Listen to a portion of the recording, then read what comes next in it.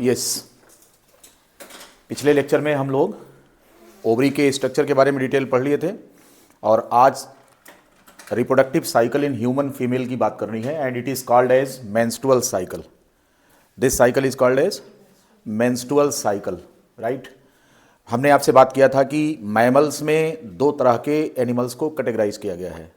एक ऐसे हैं जिनको प्राइमेट्स कहा जाता है, प्राइमेट्स, और दूसरे होते हैं नॉन प्राइमेट्स. मैमल्स में दो कैटेगरी है. Mammals have been categorized, mammals have been categorized in two category. One that is non-primate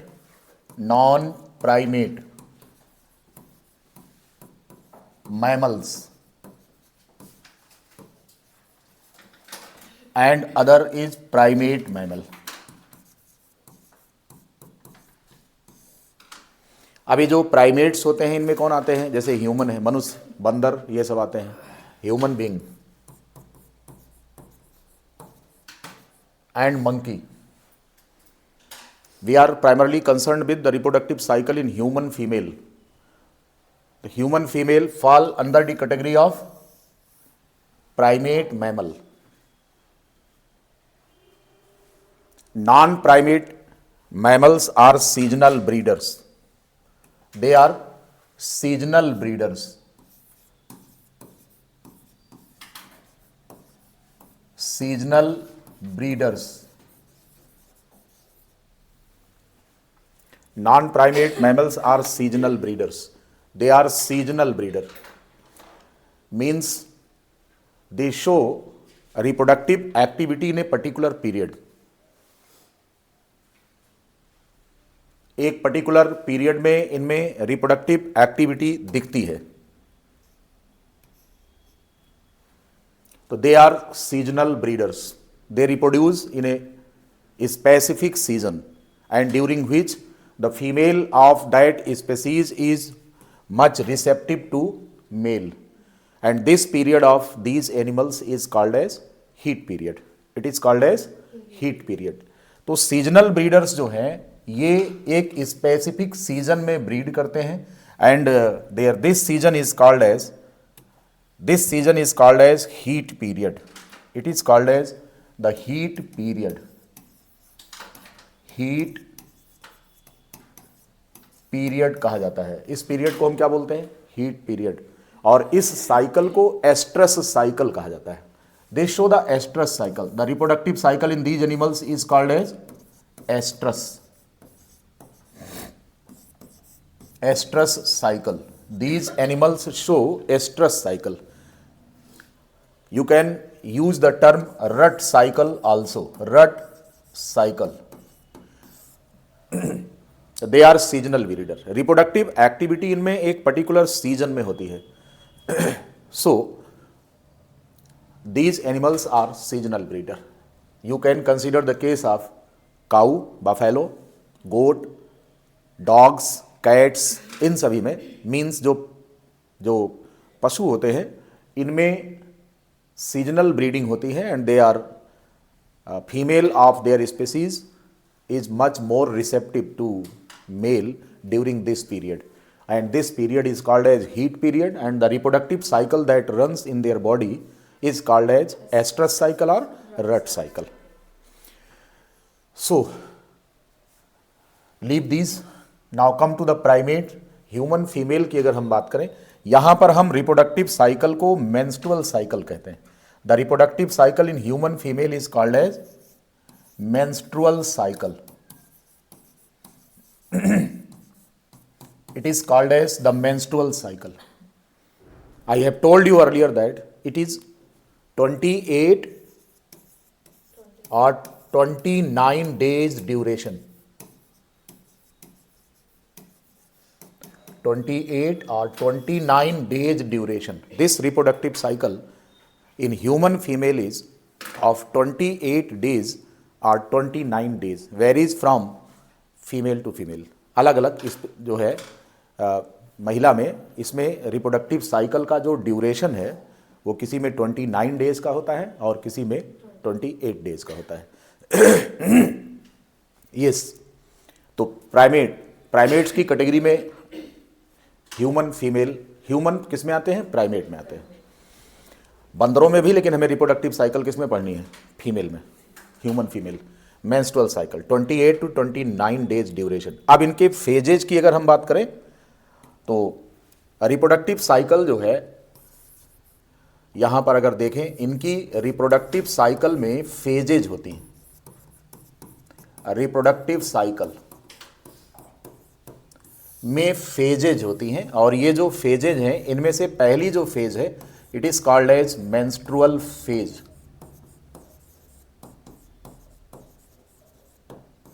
menstrual phase ये पहली है। दूसरी है फॉलिकुलर फेज, फॉलिकुलर फेज। तीसरी है luteal phase,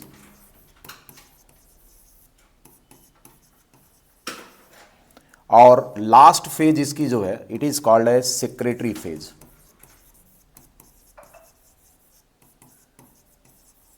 So, the reproductive cycle that is called as menstrual cycle in human female has been categorized into 4 different phases depending on the type of event that occurs during this. किस तरीके का event यहाँ पर होता है, इसके आधार पर human reproductive cycle को हमने अलग अलग फेजेज में डिस्क्राइब किया है यहाँ पर। तो पहली फेज है जिसका नाम है मेंस्ट्रुअल फेज, दूसरा phase that is called as follicular phase, and third phase is called as, and last phase is called as the secretory phase। इन सब के बारे में एक एक करके पढ़ेंगे। इन सभी फेजेज में स्पेसिफिक इवेंट्स होते हैं और इनसे संबंधित बॉडी के जो हार्मोन्स होते हैं उनका क्या रोल है इसमें, इन पर चर्चा करेंगे। कितनी बातों पर चर्चा करेंगे हम अभी आपको बता रहे हैं। जिन चीजों पर हम इन पर चर्चा करेंगे आज, इसमें ये 4 फेज और इन चारों फेज को गवर्न करने वाले हार्मोन्स के बारे में बात करेंगे, और उन हार्मोन्स का इफेक्ट क्या होता है, किस पर, यूट्रस पर क्या इफेक्ट होता है, इस पर बात करेंगे, और ओवरी पर क्या इफेक्ट होता है, इस पर बात करेंगे।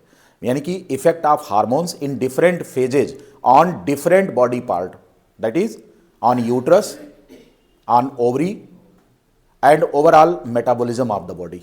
हमारे जो मेटाबॉलिक चेंजेज बॉडी में होते हैं, जो कि एक तरीके से देखा जाए तो पीरियडिकल ही होते हैं, because you know that the internal biological clock set this reproductive cycle in your body, and the crucial key hormone in your body that regulates the menstrual cycle is the pineal gland hormone.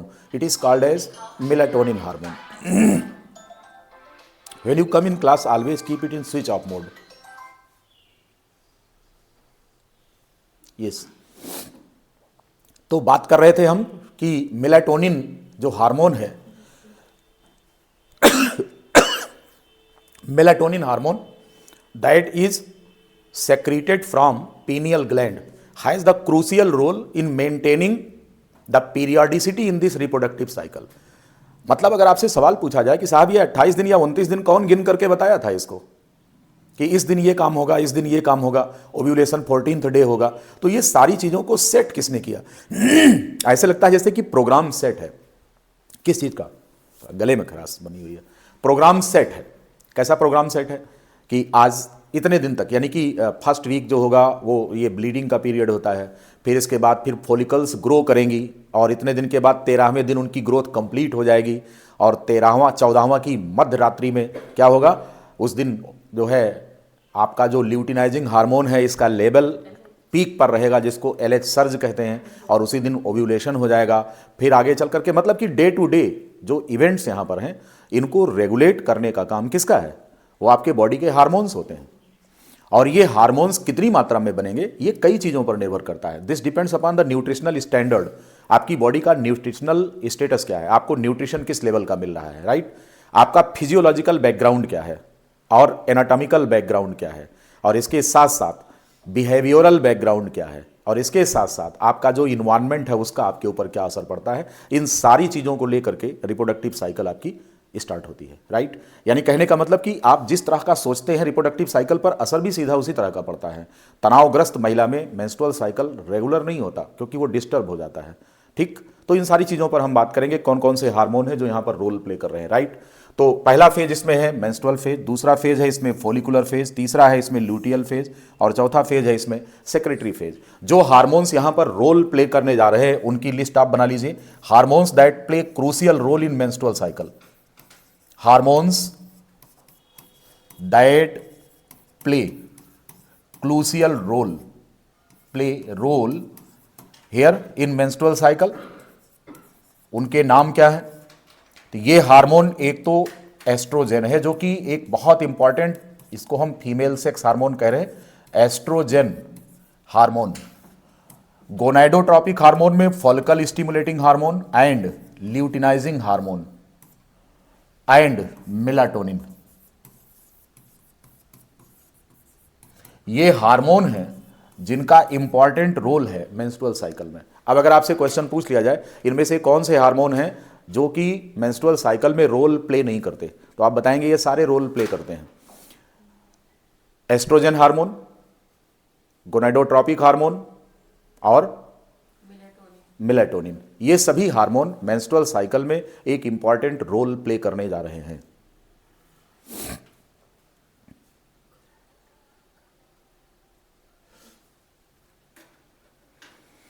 अब हमें यहां पर यह भी जानना है कि जो ये मेंस्ट्रुअल फेज है या फॉलिकुलर फेज, जो फेजेस, डिफरेंट फेजेस, इनमें कौन से स्पेसिफिक इवेंट होते हैं और इन हार्मोन्स का इन पर क्या असर पड़ता है। यहां यह भी जानना जरूरी है कि इन हार्मोन्स का जो प्रभाव है उसकी वजह से आपके यूट्रस पर और ओवरी पर क्या इंपॉर्टेंट चेंजेज होने जा रहे हैं, हम चर्चा इस पर भी करेंगे। बात करनी है हमें किस पर, हमें इस पर बात करनी है कि ये जो हार्मोन्स हैं इन पर, इनका असर ओवरी पर क्या पड़ रहा है। इफेक्ट किसका, इफेक्ट हार्मोन का, इफेक्ट ऑफ हार्मोन्स किस पर, ऑन किस पर इफेक्ट, पहला है ओवरी पर, दूसरा इफेक्ट है यूट्रस पर क्या असर पड़ेगा, यूट्रस पर क्या असर पड़ेगा। दो बेसिक जो यहां पर ऑर्गेन्स हैं जिन पर हमें चर्चा करनी है कि ये हार्मोन्स इन दोनों ऑर्गेन पर क्या इफेक्ट डालते हैं, किस पर, ओवरी पर और यूट्रस पर क्या असर पड़ता है। और फिर इन्हीं के साथ हम थोड़ा सा फिजियोलॉजिकल जो डिस्टर्बेंसेज बॉडी में होते हैं इस दौरान हम उन पर भी बात करेंगे। तो अब इस तरीके से हमें किन किन चीज़ों पर बात करनी है, हमें बात करनी है कि ये कौन कौन से हार्मोन हैं जो रेगुलेट कर रहे हैं मेंस्ट्रुअल साइकिल, जिस पर डिपेंडेंट है, और फिर इसके बाद इनके ये जो इवेंट्स हैं इनमें कौन खास से चेंजेज होने जा रहे हैं, हम इन पर बात करेंगे। और बात करेंगे कि जो हमारी बॉडी के ऑर्गेन हैं यूट्रस और ओवरी, इन पर असर क्या पड़ता है। ठीक, माइंड मेकअप कर लिया है, इन चीज़ों को इसी लेवल पर तार्किक ढंग से समझेंगे कि क्या असर पड़ने वाला है। तो सबसे पहले हम बात करेंगे कि किसी भी महिला में मेंस्ट्रुअल साइकिल के स्टार्ट होने का समय क्या है। What is the time to start the menstrual cycle in female. Time, आपको मालूम है कि मेंस्ट्रुअल साइकिल की स्टार्टिंग कब होती है, वो प्यूबर्टी आने पर होती है, at the time of arrival of puberty, at the age of puberty. When puberty comes menstrual cycle starts, and the onset of first menstrual cycle, you may write here onset of first menstrual cycle, first menstrual cycle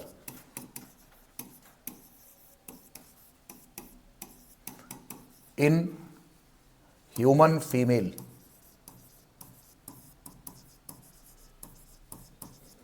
it is called as, क्या कहेंगे इसको, इसे कहते हैं menarche.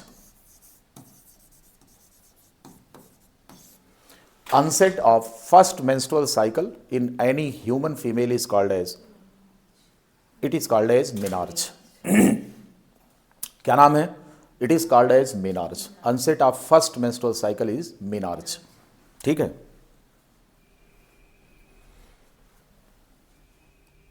आपको यह भी मालूम है कि रिप्रोडक्टिव साइकिल ह्यूमन फीमेल में अनियत काल तक नहीं होती है, बल्कि क्या होती है, एक निश्चित टाइम तक के लिए होती है। और देन आफ्टर मेंस्ट्रुअल साइकिल का कंप्लीट स्टॉपेज हो जाता है, जिसको सेसेशन ऑफ मेंस्ट्रुअल साइकिल कहते हैं और टेक्निकली इसको हम मीनोपॉज नाम देते हैं। तो क्या बोलेंगे, ये जो रिप्रोडक्टिव टाइम होता है, रिप्रोडक्टिव जो स्टेज होती है वो कहाँ तक रन करती है, रिप्रोडक्टिव पीरियड जो होता है, रिप्रोडक्टिव पीरियड होता कितना है महिलाओं में, it is starting from the puberty. Suppose that कि मान लो कि किसी भी महिला में 11 साल की अवस्था में प्यूबर्टी आ गई है, 11 मिनिमम होता है, 11 से लेकर 13 के बीच में सभी फीमेल्स में प्यूबर्टी आ जाती है। तो मान लेते हैं कि 11 ईयर से स्टार्ट होकर के और मैक्सिमम ये 50 ईयर तक जा रही है। यह जो पीरियड होता है इसको हम फर्टिलिटी पीरियड कहेंगे उस महिला का। इस दौरान उसमें रिप्रोडक्टिव एक्टिविटी जो होती है वो फंक्शनल रहती है, और इसे अगर हम देखें तो कुल मिलाकर के लगभग जो है काउंट अगर करें एक फीमेल में तो ऑन एन एवरेज 40 ईयर्स का ये जो ड्यूरेशन होता है ये रिप्रोडक्टिव पीरियड होता है उसका। Then after the reproductive activity stops. यहां पर अब हम कभी कभी ये भी बात करेंगे कि क्या रिप्रोडक्टिव पीरियड जो ये जो मेंस्ट्रुअल साइकिल है ये पूरी तरह से स्टॉप कर गई है या फिर कहीं से डिस्टरबेंस इसका है। तो इसलिए बोल रहे हैं कि कंप्लीट स्टॉपेज, परमानेंट स्टॉपेज की बात अगर हम करें,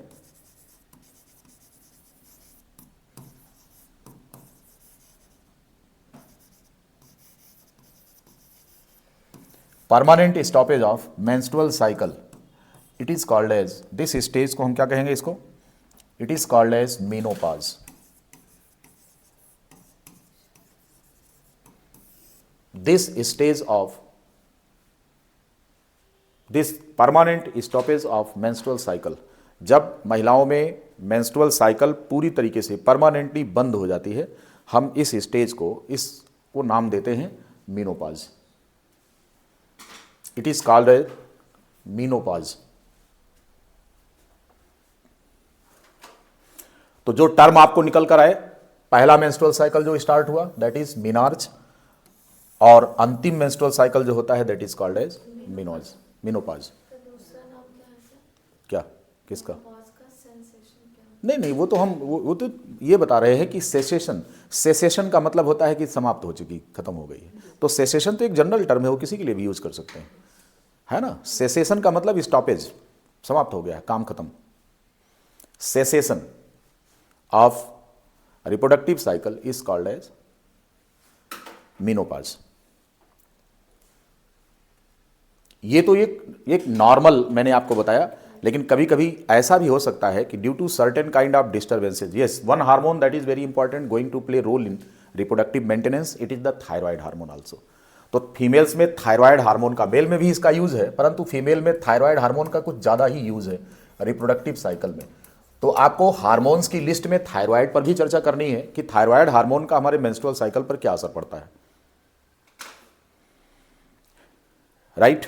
क्योंकि थायराइड का जो डिस्टरबेंस होता है, अगर हाइपोथायराइडिज्म की कंडीशन बन रही है किसी भी फीमेल में और लगातार बनी हुई है और उस पर कोई ध्यान नहीं दिया गया, तो हाइपोथायराइडिज्म में result in permanent failure of ovary function, जिसको हम PMOF कहते हैं। अब देखिए, ये भी एक डिस्टरबेंस अगर हो गया तो मेंस्ट्रुअल साइकिल अपने चरम पर ना पहुंच करके बीच में ही डिस्टर्ब हो सकती है। ये सब कुछ यानी कि रिप्रोडक्टिव साइकिल का प्रॉपरली रन करना ओवरी के सेहत पर निर्भर करता है और हार्मोन के लेवल पर निर्भर करता है। तो सपोज दैट कि any female is suffering from hypothyroidism since very long period, तो होगा क्या, और अनक्योर्ड है वो, उस पर ध्यान नहीं दिया गया, मेडिसिन नहीं लिया गया उस पर, यानी कि थायराइड प्रोफाइल को मेंटेन नहीं किया गया, तो ऐसी कंडीशन में यहां पर यह घटना हो सकती है। इसको हम बोलते हैं PMOF, this one PMOF,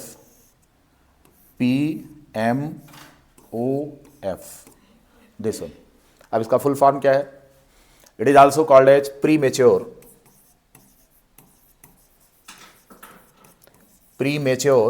ovarian failure.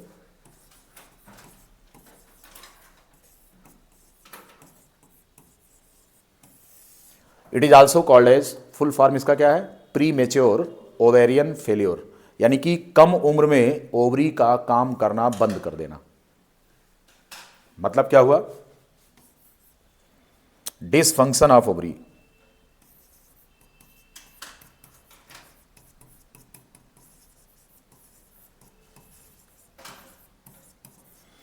and then permanent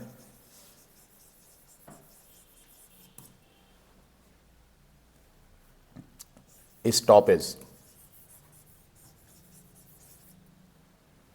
of function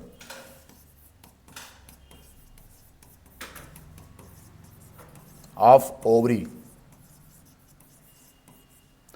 It is called as premature ovarian failure.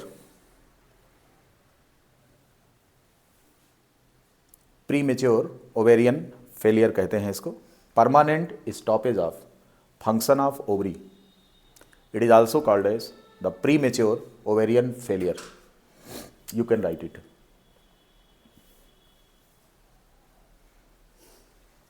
तो यहां पर कुल मिलाकर के दो स्थिति बन रही है. पहली कंडीशन ये बन रही है कि हार्मोन्स का लेवल ठीक ठाक है सब कुछ, और किसी भी तरीके का कोई भी डिस्टरबेंस नहीं है, कोई पैथोलॉजिकल, कोई एनाटॉमिकल, किसी भी प्रकार का कोई डिस्टरबेंस नहीं है. तो मेंस्ट्रुअल साइकिल सामान्य रूप से होते हुए निर्बाध रूप से और पूरी जीवन यात्रा पूरी करती है. जीवन यात्रा तक तो नहीं चलेगी, मतलब कि जितना इसका टाइम है उतने तक चलेगी. ये 50 सालों तक ये चल करके मेनोपॉज की कंडीशन बनेगी. इवन एक्सटेंशन भी हो सकता है कुछ फीमेल्स में. At the age of 55 also report किया गया है कि मेंस्ट्रुअल साइकिल चल रही है. कुछ महिलाएं 60 साल की अवस्था में भी बच्चे पैदा किए हैं. तो अब ये अलग अलग में डिपेंड करता है ना. कुछ पहले के लोग जो 100 साल जीते थे, अब शतायु कौन होता है कि नहीं. तो कई चीज़ें होती हैं. अब खान पान का दोष होता है. पता लगा कि वो ड्रग ले रहे हैं, पता लगा वो सिगरेट स्मोकिंग कर रहे हैं, वो लिकर ले रहे हैं, थोड़ा मॉडर्न सोसाइटी के हैं, खान पान में सब कुछ उनके जंक फूड शामिल है ना, तो दिक्कत आएगी. अब जंक फूड भी निश्चित रूप से यहाँ पर क्या है, आपको मालूम है कि जो फूड प्रिजर्वेटिव्स तमाम होते हैं, most of these are anti thyroid in action.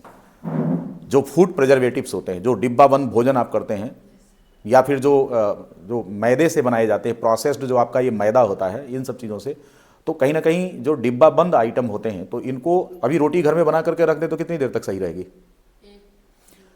अगर गर्मी की सीजन है तो आपने रोटी सवेरे बना दिया है, शाम को नहीं खा सकते उसको, बेकार हो जाएगी, स्पॉइलेज शुरू हो जाएगा. राइट. और ये जो आपके घरों में ये बन करके आता है, जो ब्रेड वगैरह आता है बन करके, कई दिन रहता है. बाहर से किसी दुकान में बनता है, फैक्ट्री में बनता है, तो एक दिन तो फैक्ट्री में बनेगा, है कि नहीं, और उसके एक दिन पहले से मैदे को प्रोसेस किया जाएगा, तो अगले दिन बनेगा, फिर वो डिब्बे में बंद होगा, तो वहां से फैक्ट्री से निकल करके होलसेलर के पास आएगा, वहां से निकल कर फिर अगले दिन, यानी 3 दिन बीत गया, चौथे दिन रिटेलर के पास पहुंचेगा. जब आप रिटेलर की दुकान पर पहुंचेंगे और पूछेंगे कि साहब ये जो ब्रेड है ये कब का बना हुआ है, तो उत्तर क्या होगा उसका, कहीं साहब ताज़ा है, अभी आया है. इस प्रश्न से आप खुश हो जाते हैं कि ये जो ब्रेड आपका जो खरीद रहे हैं ये ताज़ा है, जबकि आप कितना दिन पुराना ब्रेड खरीद रहे हैं, 4 दिन कम से कम. फैक्ट्री के एक दिन पहले से मैदे की प्रोसेसिंग, फैक्ट्री में बनना, होलसेलर के पास पहुंचना, रिटेलर के पास पहुंचना, उसके अगले दिन आप पहुंचते हैं उसकी दुकान पर. तो दिस विल टेक टोटली कितना टाइम ले लेगा, 4 से 5 दिन के बाद वो ब्रेड आपके घर आती है, और आप अपने घर भी 2 दिन रख के खाते हैं उसको. आप सोचिए जरा कि जो रोटी 6 दिन पुरानी है वो कैसे बची हुई है, वो डैमेज क्यों नहीं हो रही है, उसमें स्पॉइलेज क्यों नहीं हुआ.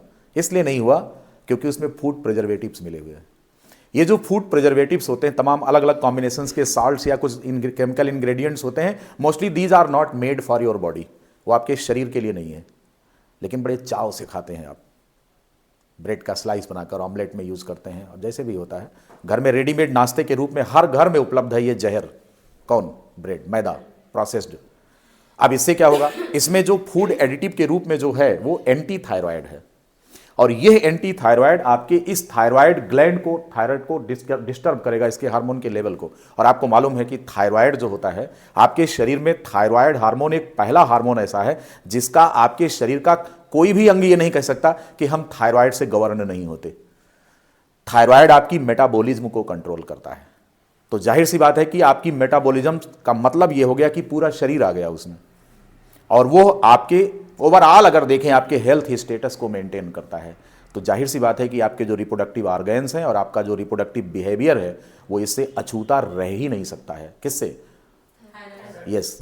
तो थायराइड हार्मोन जो आपकी बॉडी प्रोफाइल का, जो कि अल्टीमेट केयर कर रहा है, आपको हर हिस्से की देखभाल कर रहा है, और आप उसको नष्ट करने पर तुले हुए हैं एंटी थायराइड लेकर. ये एंटी थायराइड्स आते कहाँ से हैं? सब ज़्यादातर फूड एडिटिव्स एंटी थायराइड होते हैं। इसलिए घर की बनी हुई चीज़ों को आप खाना पसंद करें, सीजनल फ्रूट्स आप खाएं, लेकिन ये जो मार्केट के जो डिब्बा बंद भोजन होते हैं इनसे परहेज करें, ठीक। और जंक फूड तो बिल्कुल पॉइजन की तरह बनता जा रहा है, ये जो आपको समाप्त कर देगा हर प्रकार की। आपको मालूम है कि थायराइड, अगर हाइपोथायराइडिज्म है तो थायराइड ओबेसिटी जनरेट होगी बॉडी में, ओवरवेट होंगे। ओवरवेट अपने आप में ही एक समस्या है। ओवरवेट फीमेल्स में मेंस्ट्रुअल रेगुलरिटी मेंटेन रहे, ये इम्पॉसिबल है, ये हो ही नहीं सकता है। तो ओवरवेट एक सबसे बड़ी समस्या है। दूसरी चीज़ ये है कि जो फीमेल्स होती हैं दे आर वेरी सेंसिटिव। मर्दों को एक बार वो डोंट केयर मूड में रहते हैं, आप कहेंगे साहब ये दिक्कत पैदा हो गई, कहें आई डोंट केयर, चल हट यार कोई तमाम देखा जाएगा, देख लेंगे। लेकिन फीमेल्स में ऐसा नहीं होता, दे आर वेरी सेंटिमेंटल। क्यों इतने सेंटिमेंटल हैं? क्योंकि उनका हार्मोनल स्टेटस ही इस प्रकार का है। एस्ट्रोजन बहुत ही विनम्र बनाता है, आपको तमाम चीज़ों को सोचने पर मजबूर कर देता है, आपके मन में वात्सल्य भाव पैदा करता है, आपके मन में करुणा और दया पैदा होती है इन हार्मोन्स की वजह से, जिसमें एस्ट्रोजन भी एक है। जो एंड्रोजन है वो उग्र बनाता है मेल को, जो एंड्रोजन है वो उग्र बनाता है, क्रिमिनल बनाता है, और फीमेल को दया की मूर्ति बनाता है, ममता की मूर्ति बनाता है, विनम्रता की प्रतिमूर्ति बनाता है। ये सब सारी चीज़ें होती हैं किससे? Because of oestrogen hormone, right. तो बड़ी जल्दी सोच लेते हैं, वो दिल पर ले लेते हैं किसी भी चीज़ को, अपने दिमाग पर ले लेते हैं। अब आपको मालूम है कि दिमाग में एक स्ट्रक्चर आपका बैठा हुआ है जिसका नाम क्या है? हाइपोथैलेमस। कौन बैठा हुआ है? हाइपोथैलेमस। और कौन है? एमिगडाला।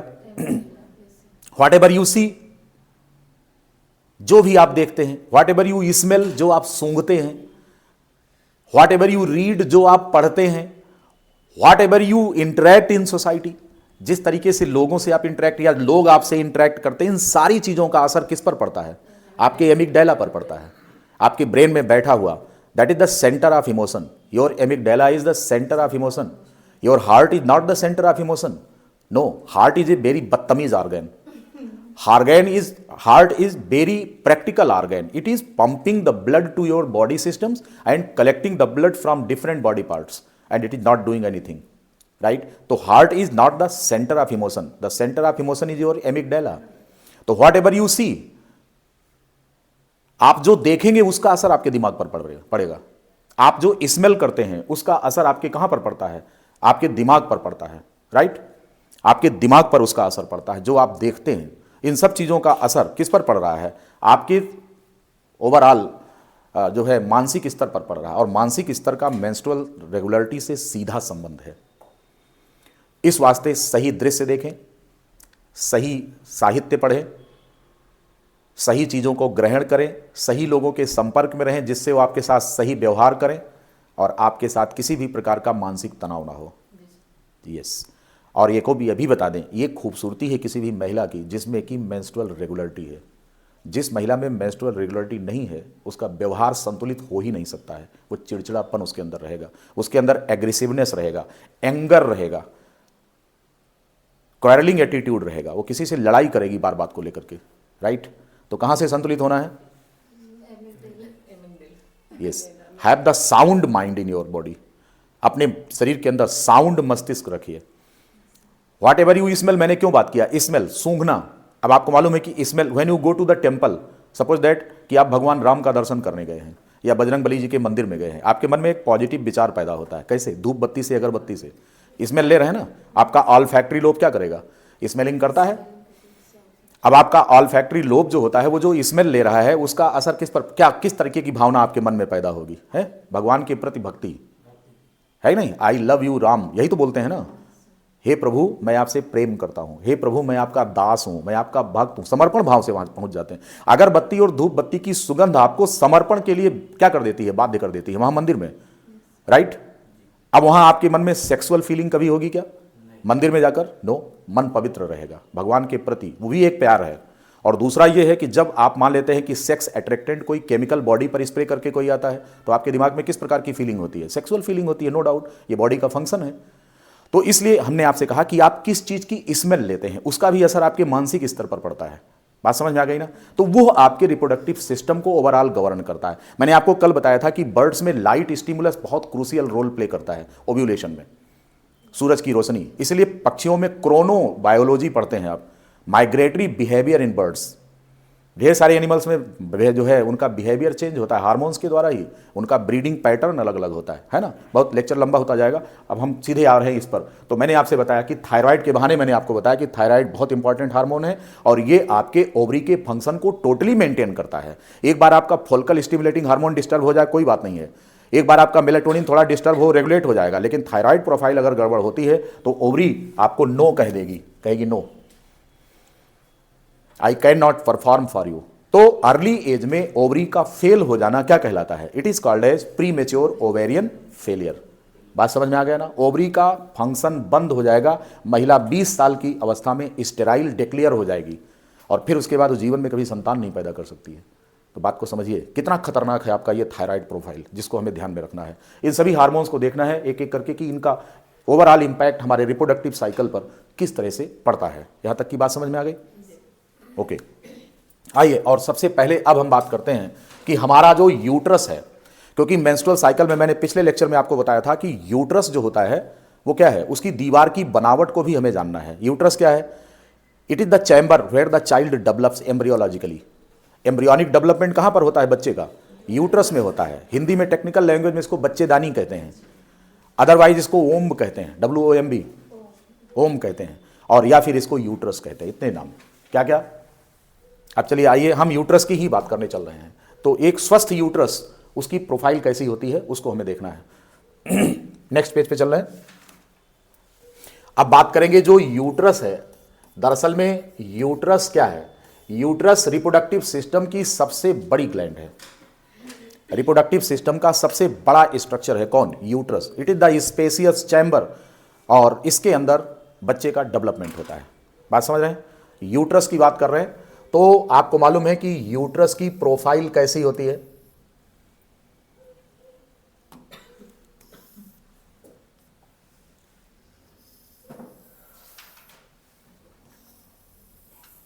ये यूट्रस की प्रोफाइल है। अब आप इसका इंटीरियर अगर आप देखेंगे like this,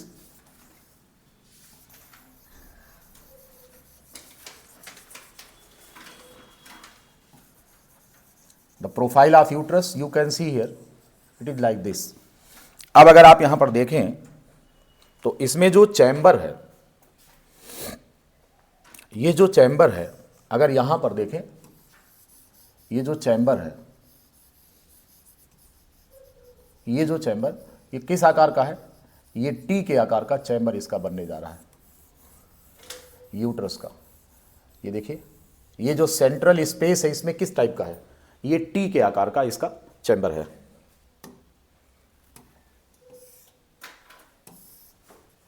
lumen of uterus,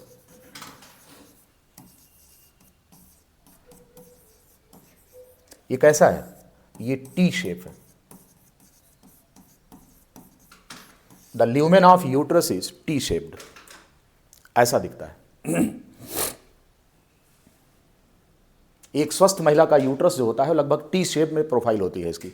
अब यूट्रस की साइज भी बहुत इंपॉर्टेंट होती है। The size of uterus counts much.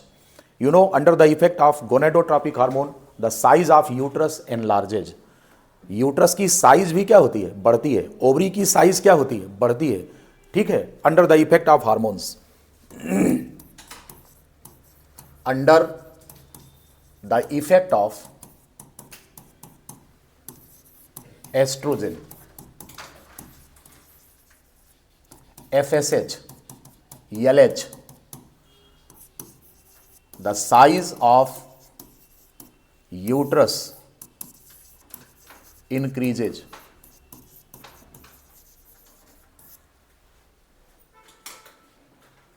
Under the effect of follicle stimulating hormone, estrogens, luteinizing hormone, इन सबके प्रभाव से यूट्रस का जो आकार है वो क्या होता है? वो बढ़ने लगता है।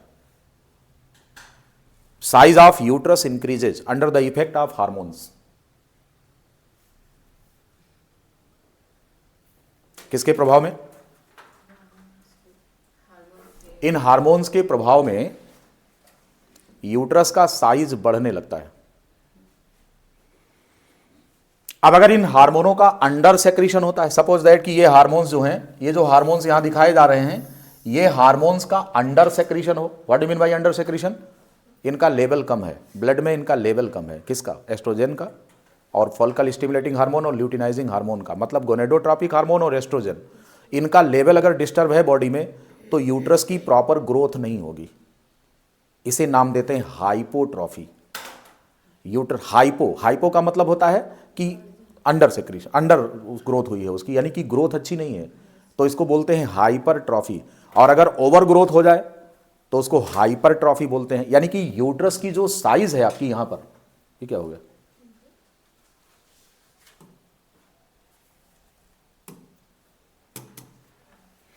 साइज ऑफ यूट्रस की बात अगर हम करें,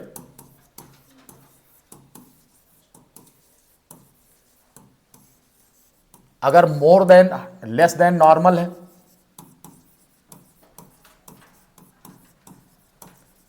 अगर ये लेस देन नॉर्मल है size of uterus,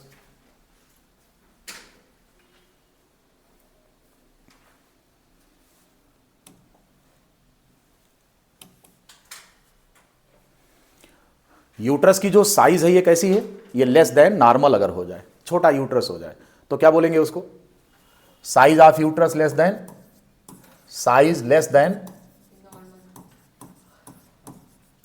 normal, it is called as hypotrophy. और अगर साइज मोर देन नॉर्मल है, more than normal, it is called as hypertrophy. दोनों से बचना है। साइज हमें कैसी रखनी है, नॉर्मल, यूट्रस की साइज नॉर्मल होनी चाहिए, ना इसमें हाइपोट्रॉफी हो और ना ही इसमें हाइपरट्रॉफी हो, दोनों ना हो।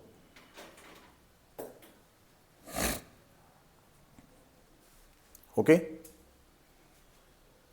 तो यूट्रस की साइज नॉर्मल होनी चाहिए। अब बात करेंगे इसकी जो वाल है, ये यहां पर अगर हम बात करें कि wall of uterus, this one, अगर हम इसकी बात करें तो इसकी बनावट कैसी होती है, वाल ऑफ यूट्रस अगर हम देखें तो यूट्रस की जो दीवार है, अगर हम बात करें तो सबसे बाहरी लेयर जो यूट्रस की है,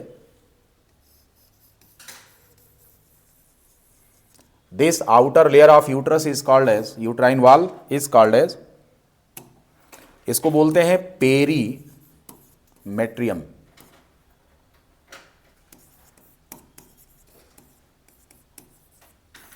perimetrium, the outer most layer of uterine wall is called as perimetrium.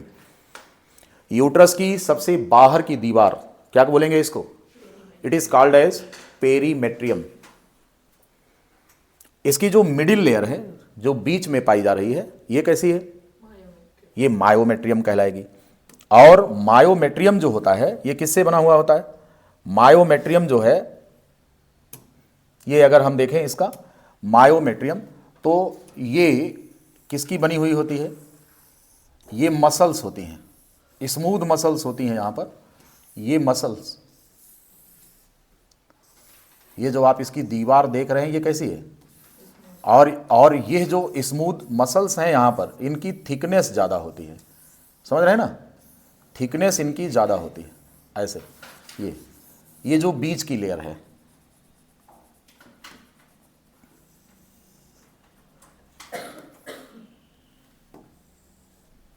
Yes,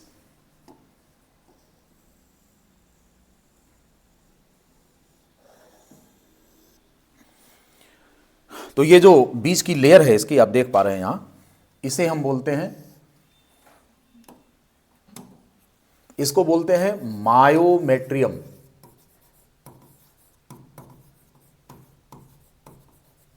this middle layer of uterus wall is called as myometrium and it is made up of smooth muscles, non skeletal involuntary muscles होती हैं, non skeletal involuntary and smooth muscles.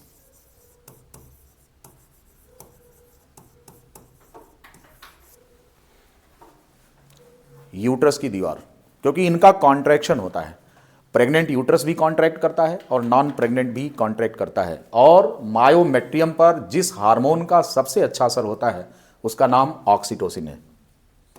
Myometrium पर जो hormone action करता है उसका नाम क्या है? Oxytocin. This hormone has pronounced effect on myometrium and it is having stimulatory effect. Plus means stimulate करता है इसको। ऑक्सीटोसिन हार्मोन मायोमेट्रियम को स्टिमुलेट करता है, किस काम के लिए? For contraction. ये दोनों परिस्थिति में होता है। ऑक्सीटोसिन मायोमेट्रियम को दोनों परिस्थिति में स्टिमुलेट करती है कॉन्ट्रैक्शन के लिए। Oxytocin causes the contraction of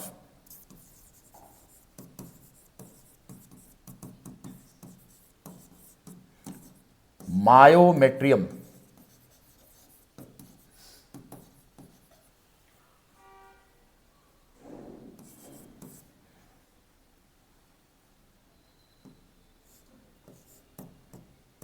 at the time of sexual relations. Copulation के दौरान, सेक्सुअल इंटरकोर्स के दौरान यूट्रस की दीवार में कॉन्ट्रैक्शन कराता है ये oxytocin. Purpose to drag the sperms to the site of fertilisation. Spermatozoa को फर्टिलाइजेशन की साइट तक ले जाने के लिए ऑक्सीटोसिन हार्मोन इफेक्ट डालता है यहां पर। तो ये नॉन प्रेग्नेंट यूट्रस पर होता है। ये कैसा यूट्रस है? ये नॉन प्रेग्नेंट यूट्रस है। नॉन प्रेग्नेंट यूट्रस है।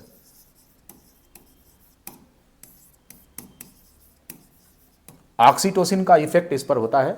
This stimulates the contraction of myometrium just to drag the sperm to the site of fertilisation from the site of copulation. Vaginal cavity से, वेजाइनल कैनाल से sperm को खींचकर कहां पहुंचाए? Site of fertilisation तक। तो इसलिए स्पर्म के मूवमेंट में ये क्या करता है? हेल्प करता है, ताकि स्पर्म अपने फर्टिलाइजेशन के साइट तक आसानी से पहुंच जाए। ऐसा इसलिए होता है। बात समझ में आ रही है? दूसरी परिस्थिति में ऑक्सीटोसिन का असर होता है। वो दूसरा असर क्या है? सेकंड टाइम अब अगर हम देखें तो यहां पर कब होता है? During last stage of pregnancy. Last stage of pregnancy.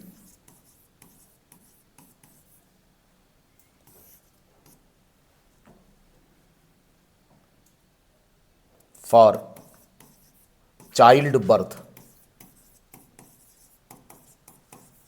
आपको मालूम है कि प्रेगनेंसी जब टर्मिनेट करने का समय आता है, अपना पूरा समय हो जाता है प्रेगनेंसी का, तो चाइल्ड बर्थ होता है, पार्चुरेशन। बच्चे के जन्म की प्रक्रिया को पार्चुरेशन कहा जाता है। उस प्रक्रिया को इनिशिएट करने का काम होता है। कौन करता है? ऑक्सीटोसिन करता है। तो यूट्रस की दीवार पर यानी कि मायोमेट्रियम पर, अब आपसे पूछेंगे कि the wall of uterus is made up of 3 layer, the outer one that is perimetrium, the middle one that is myometrium and the inner one that is endometrium.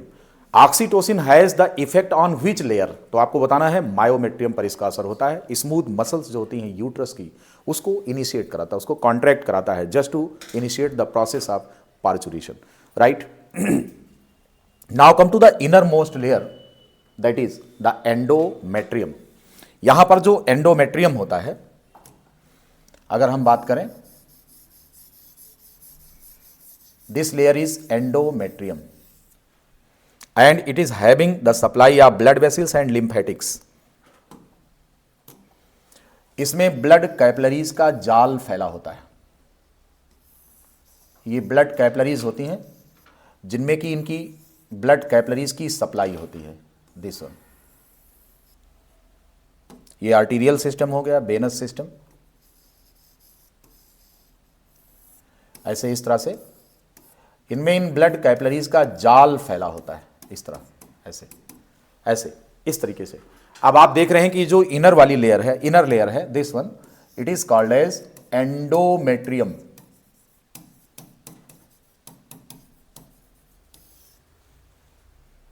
तो कितनी लेयर हो गई? पहली लेयर का नाम है पेरीमेट्रियम, दूसरी layer जो मिडिल है उसका नाम है myometrium, and the third that is the inner most layer is called as endometrium. ध्यान ये रहे कि एंडोमेट्रियम की जो ग्रोथ होती है it is under the effect of hormone, एक विशेष प्रकार के हार्मोन के प्रभाव से होता है, और वो कौन है? वो एस्ट्रोजन है। कौन है? एस्ट्रोजन। तो एंडोमेट्रियम की ग्रोथ पर सबसे ज्यादा असर अगर किसी हार्मोन का पड़ता है तो वो कौन है? That is oestrogen. एंडोमेट्रियम की जो एपिथेलियम होती है इनमें ओवर ग्रोथ होती है, ओवर ग्रोथ होते होते होते होते जब एस्ट्रोजन का लेवल हाई रहता है तो ओवर ग्रोथ होते होते बाद में फिर इनकी जो ब्लड कैपिलरीज होती हैं ये रप्चर कर जाती हैं, फट जाती हैं, और यहाँ से ब्लड और लिम्फ रिलीज होता है। ओवर ग्रोथ के बाद ये जो एंडोमेट्रियम होता है ये फट जाता है, और यहाँ से ब्लड जो होता है वो रिलीज होने लगता है ड्रॉप बाई ड्रॉप। ऐसे ये ब्लड डिस्चार्ज होने लगता है यहाँ से, ऐसे। कहाँ से निकलता है? इन्हीं लेयर से निकलता है, यहाँ से ऐसे। तो यहाँ से ब्लड डिस्चार्ज होता है ओवर ग्रोथ के बाद। तो एस्ट्रोजन हार्मोन जो है is essential for the growth of endometrium. Estrogen is responsible for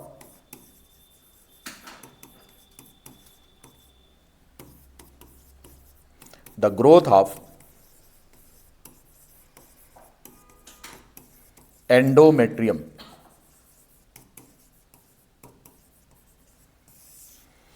endometrium की ग्रोथ के लिए जिम्मेदार है कौन सा हार्मोन? जिम्मेदार है एस्ट्रोजन। तो ये यहां पर इसकी ग्रोथ के लिए जिम्मेदार है, और इस तरीके से ये आप देख रहे हैं कि जब एपिथेलियम इसका रप्चर करता है तो ब्लड कैपिलरीज के फटने से खून बाहर निकलेगा, और ब्लड और लिम्फेटिक्स ये वेजाइनल कैनाल से बाहर आते हैं। इसी को मेंस्ट्रुअल डिस्चार्ज कहा जाता है, राइट। और ये मेंस्ट्रुअल साइकिल का इनिशियल फेज होता है जिसे हम मेंस्ट्रुअल फेज कहते हैं। It is the phase of bleeding also. इसको हम ब्लीडिंग फेज के नाम से भी जानते हैं, जहां पर ब्लड डिस्चार्ज हो रहा होता है। ठीक है, 5 मिनट समय बचा हुआ है। आपको कोई सवाल पूछना है तो आप पूछ सकते हैं। Any question? हमने अपने इस लेक्चर में आपको यूट्रस की दीवार के बारे में समझाया कि ये जो मेंस्ट्रुअल साइकिल, जब भी कभी आपके दिमाग में आए कि हाँ मेंस्ट्रुअल साइकिल नाम कोई ले, तो आपके दिमाग में एक ही बात आती है, discharge of blood and lymph through the vagina, right. अब तो जाहिर सी बात है कि ये ब्लड आता कहाँ से, आपको सवाल पूछना चाहिए। तो ये ब्लड कहाँ से आता है? यूट्रस की दीवार से आता है। यूट्रस का कनेक्शन किससे होता है? सर्विक्स से होता है। सर्विक्स जो होता है वो एक इंटरमीडिएट कैनाल होता है that connect the vaginal canal with the uterus, right. Cervix को हम बर्थ कैनाल के नाम से भी जानते हैं, और आजकल चर्चा का विषय है ये कि सर्विक्स, महिलाओं में सर्विकल कैंसर जो है ये बहुत कॉमन बन गया है। और इस पर अभी जल्दी में ही आप अगर इसको देखें तो लेटेस्ट न्यूज़ में भी था कि पूनम पांडे की डेथ को क्या बताया गया था, ऐसे उसको मतलब कि अफवाह फैलाई गई कि उनकी डेथ हो गई है, और किस कारण से हुई है? सर्विकल कैंसर की वजह से हुई है। तो सर्विक्स जो है ये क्या है? ये बर्थ कैनाल है, and this connects the uterus to the vagina, right. तो इस तरीके से यूट्रस के ल्यूमेन में जो ब्लड डिस्चार्ज होगा that will comes out through the vagina via cervix. तो ये जो ब्लड निकलेगा यूट्रस से निकलकर सर्विक्स में आएगा, सर्विक्स से होकर के वेजाइना में आएगा, और फिर बाहर डिस्चार्ज होगा। समझ में आ गई बात? आज के लिए इतना ही इस लेक्चर में। इसके आगे की कथा का वर्णन हम फिर करेंगे अगले लेक्चर में। आपको बताएंगे कि फॉलिकुलर फेज में जो हार्मोन्स होते हैं उनका असर क्या होता है। फिलहाल अभी तक किस हार्मोन का असर देखा आपने? केवल एस्ट्रोजन, केवल एस्ट्रोजन का देखा है। अभी आपने केवल एस्ट्रोजन का देखा है कि ओवर ग्रोथ करा करके एंडोमेट्रियम को डैमेज करके इसमें से ब्लड कैपिलरीज रप्चर होंगी, और यहाँ से ब्लड डिस्चार्ज होकर के बाहर आएगा। अभी तक की इस लेक्चर में अभी तक के आपने इतनी सारी बात देखा। अब हम आप सबसे बात करेंगे किस पर? फॉलिकुलर फेज पर। इस फेज का ड्यूरेशन कितना होता है? तो कह रहे हैं कि फर्स्ट डे ऑफ ब्लीडिंग जो होती है that count 0। First day of bleeding is 0, और ये कितने समय तक रहता है? Starting up to the 5th और 6th डे। लगभग 1 हफ्ते का समय होता है मेंस्ट्रुअल ब्लीडिंग का। ठीक, 1 दिन का लैगिंग होता है। 28 और 29 का चक्कर है, ठीक है। तो जिनमें 28 का है वो एक दिन कम, जिनमें 29 का है उनमें एक दिन एडवांस होता है। तो इस तरीके से एक दिन का वेरिएशन होता है ब्लीडिंग में। हालांकि ब्लीडिंग का यह पीरियड लंबा चल सकता है अगर हार्मोनल डिस्टर्बेंस ज़्यादा है। अगर किसी भी महिला में एस्ट्रोजन हार्मोन का लेवल ज़्यादा है तो ब्लीडिंग रुकेगी ही नहीं, लंबे समय तक होती रहेगी, राइट। ये अच्छी बात नहीं है। तो एस्ट्रोजन का बहुत ज़्यादा लेवल भी अच्छी बात नहीं है, नहीं तो हाइपर ब्लीडिंग होगी। तो एस्ट्रोजन के लेवल को हमें कंट्रोल करना है कि कितना रहना चाहिए, ठीक है। तो ओवर डोज ऑफ एस्ट्रोजन या high level of oestrogen this में causes bleeding for long periods. तो एक सप्ताह से ज़्यादा का भी समय हो सकता है, ओवर ब्लीडिंग हो सकती है, राइट। आज के लिए इतना ही। अगले लेक्चर में हम बात करेंगे कि फोलिकुलर फेज में हार्मोन्स, फॉलिकल स्टिमुलेटिंग हार्मोन का क्या असर पड़ता है इस पर, राइट।